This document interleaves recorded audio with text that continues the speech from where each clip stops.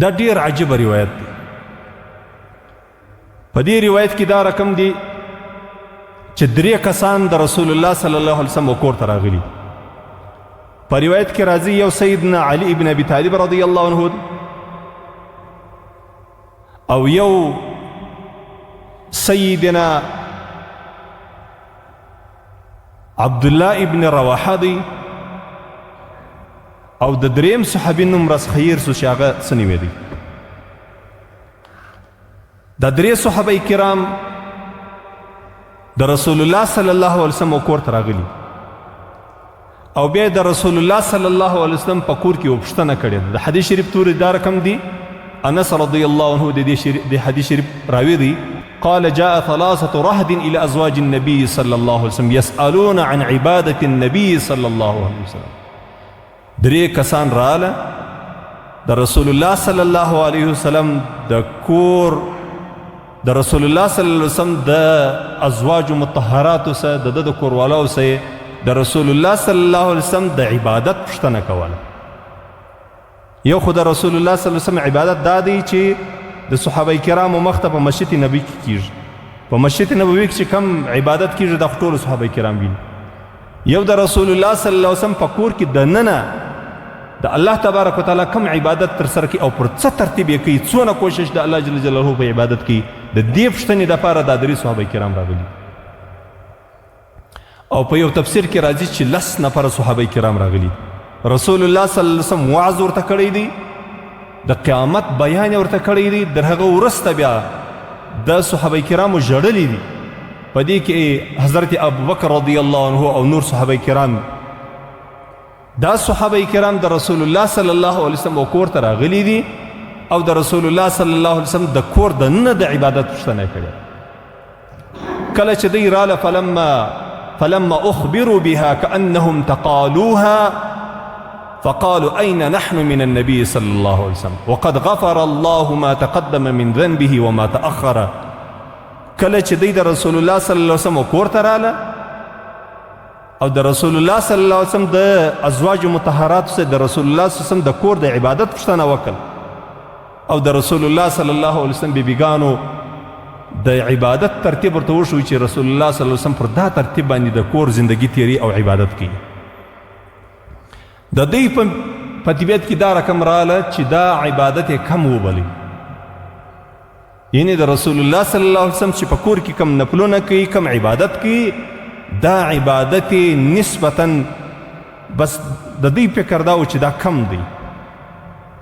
د الله جل جلاله عبادت به چې در دې لا هم زیات وسی، د الله په عبادت کې در دې هم زیات کوشش وسی. یعنی ګورئ داسې سوي دي د لمانځه پوښتنه سوې ده، د روژې پوښتنه سوې ده، د نفلو پوښتنه سوې ده، د صدقاتو پوښتنه سوې ده. یعنی دا چې الله ورباندې راضي کېږي د دې شیانو پوښتنه د رسول الله صلی الله علیه وسلم د کور دننه کړې.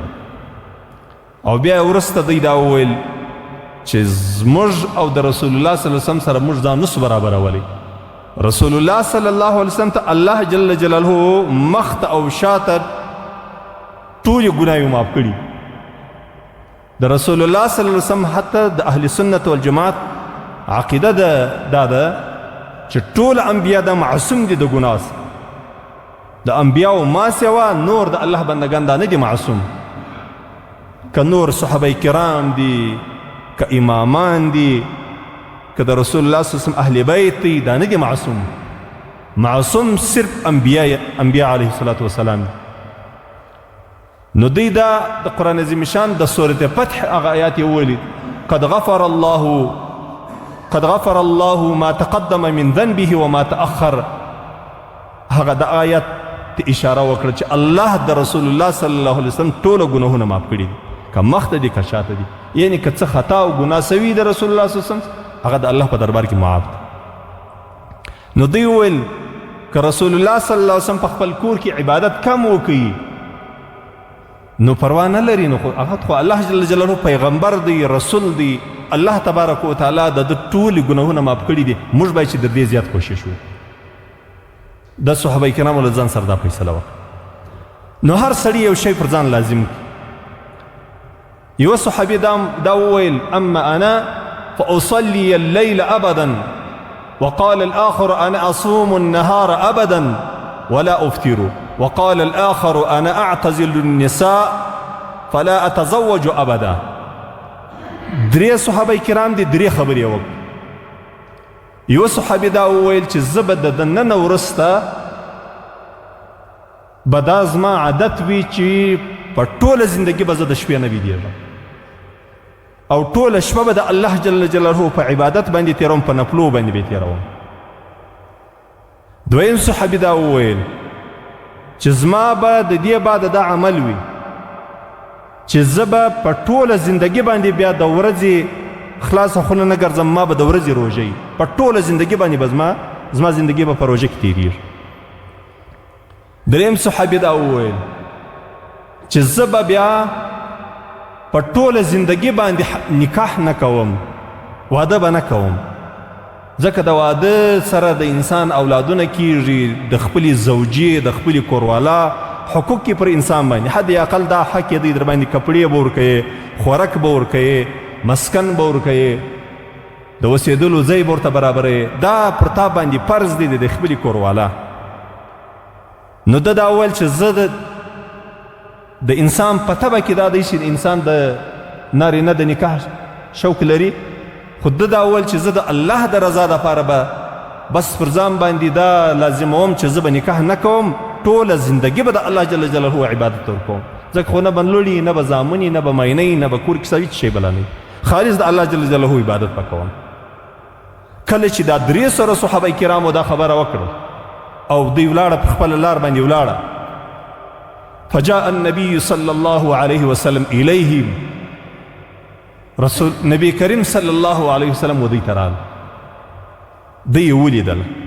په روایت کې دلته مختصره دا خبره ده، په بل روایت کې راځي چې نبی کریم صلی الله علیه وسلم په تفسیر کې دا رقم راځي چې د یو صحابي و کور ته ورغلی دی چې څه سو پلان کوي چې دا رقم خبره یې کړې او د کوروالا صاحب پوښتنه وکړه چې ده څه ویل، هغې دا ورته ویلي دي چې له ده پوښتنه وسي نو ډېر به ښه دی به د خپل حال به دی په خپله درته ووایي. خو دلته په دې حدیث کې مختصره خبره دا ده چې رسول الله صلی الله علیه وسلم دوی ته راغلو او دا درو سرو صحابه کرام ته ویل انتم الذین قلتم کذا و کذا، ای صحابه کرامو تاسې هغه خلک یاست چې دا او دا خبره مو کړې. بیا رسول نبی کریم صلی الله علیه وسلم بیا ورته اما والله انی لاخشاکم لله واتقاکم له، ای صحابه کرامو تی خدا خبرې وکړې او دا مو هلته وکړې چې کله مو زما عبادت ولیدی او هغه ستی په نیز باندې دا کم عبادت، دا روژې هم کمې وي، دا تلاوت هم کم و، دا ذکر هم کم و، دا صدقې هم کمې وي، نو تاسې بیا دا خبره کړې ده. ای صحابه کرامو قسم می دی پر الله جل جلاله باندې چې زه در تاسې ډېر د الله جل جلاله څخه بیریږم، دا یوه خبر.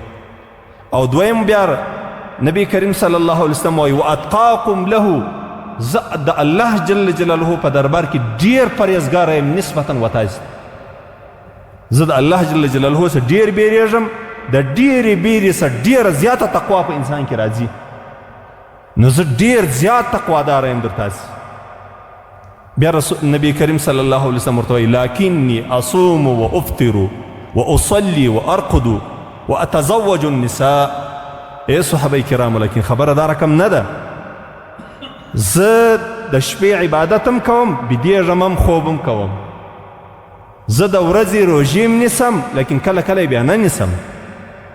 مطلب لکه اوس د رسول الله صلی الله علیه وسلم دا سنت عمل دی د 14 د اسلامي میاشتې د 14 14 15 روژې سنت یا د رسول الله صلی الله علیه وسلم په حدیثو باندې ثابته د پیر د ورځې یعنی د دوشنبې د ورځې او د پنجشنبې د جمعرات د ورځې روژې، دا دوې روژې په جمعه کې نیول، په هفته کې دا دوې روژې نیول دا سنت.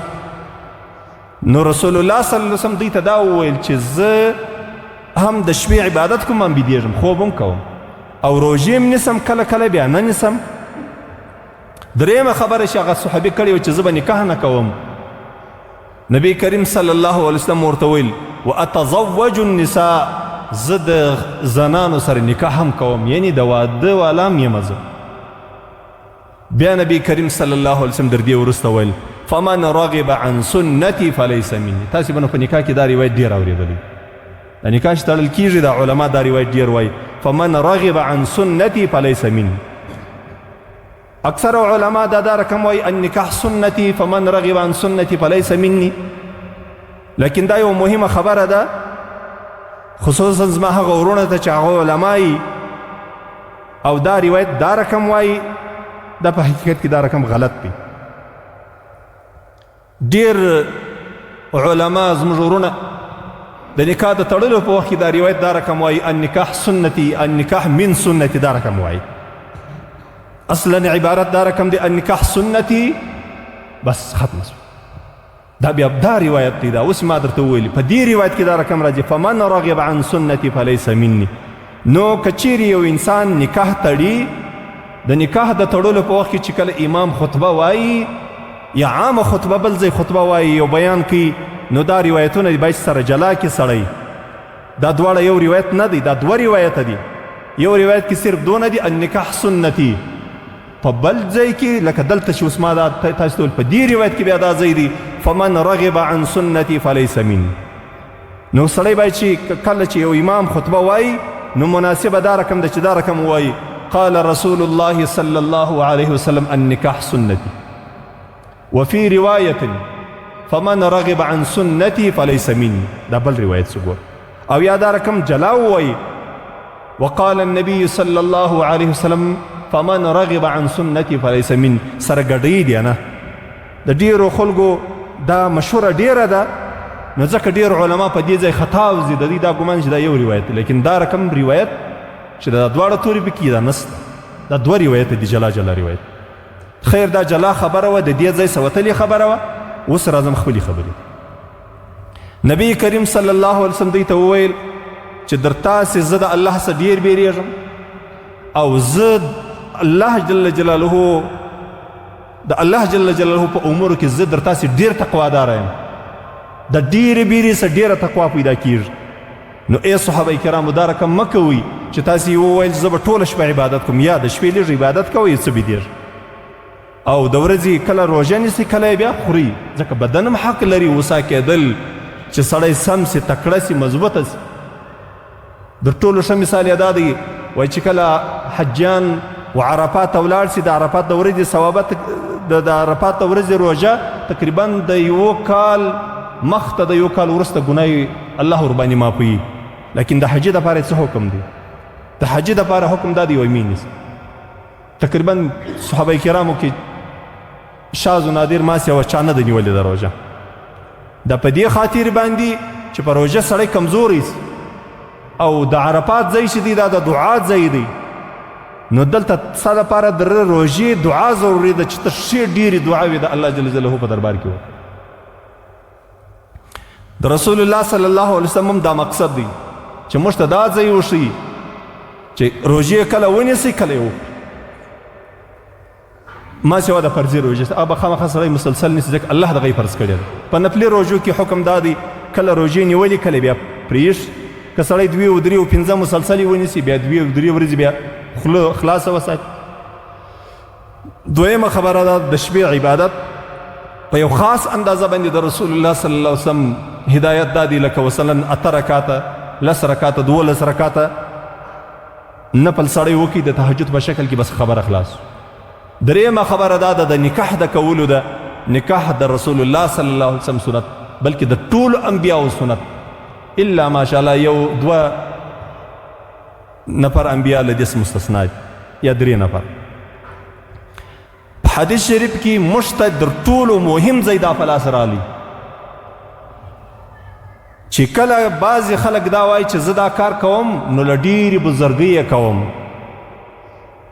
زه دا کار کوم له ډېرې بزرګۍ دا کار کوم نو موږ دا ورته وایو چې دا ستا بزرګي چې ده دا ستا بزرګي په اسلام کې نه چلیږي. ته به هغه بزرګي کوې چې کومه رسول الله صلی الله علیه وسلم خوښه کړي چې رسول الله صلی الله علیه وسلم د صحابه کرامو کومه لار نیولې ستا به هم هغه بزرګي. نو که بیا دا خلک دا وایي چې یاره زه خو عبادت کوم دا خو بدعت نه دی زه کومه ادي په شرع کې اصل لري لمونځ دی نفل دی زه کوم او روژه ده نفلي روژه ده زه نیسم په شرع کې اصل لري بیا دی زه هلته ځای درته نیسي چې دا نو بدعت حسنه دی. چی شي دی بدعت حسنه. پر دې ځای باندې اوس دغو حضرات ته باید سړی دا ځای ووایي چې په دې حدیث کې اوس ته څه وایه. دلته خو د صحابه کرام نفلي لمونځ کوي، نفلي روژه نیسي، او یو سړی د نکاح نه کولو وجه دا وایي چې زه به د الله و عبادت ته خلاص یم، په اولادو د کوروالاو د دې غم به نه وي راسره. لیکن د هغه باوجوده رسول الله صلی الله علیه وسلم راوګرځول او دا یې ورته وویل فمن رغب عن سنتي فلیس مني. څوک چې زما د سنت اعراض وکړي، زما سنت پرېږدي، عنادن یې پرېښول، قصدن یې پرېښول، د ضد په وجه یې پرېښول، دا د رسول الله صلی الله علیه وسلم د ملت، د رسول الله صلی الله علیه وسلم د امت څخه وتلی کس. او یا یو سړي دا سنت پرېښول د بزرګۍ په وجه یې پرېښول، دی ځان ډېر لوی بزرګ بولي، لکه دا 2 نمبره پیران تاسې لیدلي دا ډېرې شیخریلي، دا د مرۍ والا، دغه د ډمو ډمامو والا، دا د تڼو والا، دا روډونه چې بند کړي، خصوصا د بریلویانو صیفیان دا په مسجد کښې اتڼ جوړ کړی. چې ورته څه کیسه ده؟ دا یو زه بزرګ یم ډېر، له بزرګۍ پورته پورته غورځم. نو دا د رسول الله صلی الله علیه وسلم طریقه نه ده، دا رد دی دا حدیث شریف پر هغو ټولو خلکو باندې چې موږ هر قول عمل، زموږ هر ترتیب، زموږ ټوله زندګي به خامخا د رسول الله صلی الله علیه وسلم پر نقش قدم باندې. که د رسول الله صلی الله علیه وسلم نقش قدم نه و، رسول الله صلی الله علیه وسلم د صحابه خپلو صحابه کرام ته وایي تاسې به داسې نه کوئ، او په پای کې څونه خطرناکه خبره ورته کوي فمن رغب عن سنتي فلیس مني. څوک چې زما د سنت اعراض وکړي، ملا لیکاري دا لیکي چې د بزرګۍ په وجه یا عناد په وجه باندې، د ضد په وجه باندې چا دا سنت نه کول، یا د بزرګۍ په وجه نه کول، رسول الله صلی الله علیه وسلم وایي دا زموږ سند فلیس مني. هغه څوک، هغه کس زموږ څخه نه دی. ای من اشیاعي، د رسول الله صلی الله علیه وسلم چې څوک تابعداره دي، د رسول الله صلی الله علیه وسلم چې کم امتیان چې جنتیان امتیان دي، د دې صدا سړی نه دی. نو ځکه زما ورونه الله جل جلاله دې موږ ته توفیق په دې را نصیب چې موږ خپله زندګي دا د رسول الله صلی الله علیه وسلم د زندګي سره برابر، خپل عبادت د رسول الله صلی الله علیه وسلم د عبادت سره برابر، خپل ذکر به د رسول الله صلی الله علیه وسلم د ذکر سره برابر، خپل منځ به د رسول الله صلی الله علیه وسلم د منځ سره برابر، خپل حج به د رسول الله صلی الله علیه وسلم د حج سره برابر. ګورئ تاسې به دا وایاست چې زموږ مولوي صاحب بار بار موږ ته د بدعاتو په رد کې خبرې کوي، دا ولې؟ ما دا لیدلي دي. دا د دې کلي دی یو سړی ما ته رالی، وایي زموږ بعضې مریدان زموږ پیر صاحب ته مجازي خدای وایي. دا د مسلمانانو عقیده ده. ما دا لیدلي دي چې یو پیر و چې د مریدان بیا کله د مریدانو کور ته به ولاړي، بیا به د ټولو مریدانو په خونه کې اذانونه شروع. څه کیسه ده موږ د اذان سره شیطان له دې خونې وځي. او بیا چې کله د ذکر دغه یې چې د الله جل جلاله قرآن لس پارې ورته ووایه ولا که جذب شي، د پیر صاحب نوم ورته واخلي پورته پورته غورځي. دا د الله د دین دشمنان دي، دا د الله د دین مخالف دي، دا د رسول الله صلی الله علیه وسلم د طریقې مخالف دي. رسول الله صلی الله علیه وسلم به څنګه ذکر کوي؟ تاسې یو ورځ واورېدل چې رسول الله صلی الله علیه وسلم راغلي، صحابه کرام ټوله پورته پورته ورته غورځېدل، یا ورته جذب سه ټول ورته لیونیان سوله. نه، د رسول الله صلی الله علیه وسلم دا طریقه نه.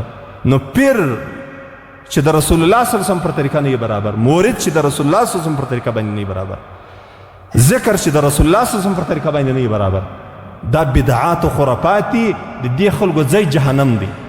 او په حدیث شریف کې دا راځي الله جل جلاله د توبې توفیق هم دا خلکو ته نه ورکوي. او دا خلک په داسې لویه ګناه باندې اخته دي که نعوذ بالله یو سړی زنا کوي، د زناکار هم د دې بدعتي لویه ګناه ده. ځکه خدای د الله په دین باندې تبر راخستی دی، د رسول الله صلی الله علیه وسلم پر راوړي پیغام باندې نورې پټۍ لګوي، نورې شیان ورزموي، نور شیان ورچي. د الله له هغه دینه چې په رسول الله صلی الله علیه وسلم نازل کړی دی، د هغه دین په خلاف لګیا دی، له ځانه دین راته جوړوي. ځکه الله جل جلاله د دې بدعتیانو، د دې خرافاتو، د بدعاتو د خلکو، د دې ډلو الله توبه هم نه قبلوي، تر مرګه پورې الله د توبې توفیق هم نه ورکوي. الله جل جلاله دې موږ او تاسې وساتي. د ټولو ښه مثال یې دغه د بخاري او د مسلم شریف روایت.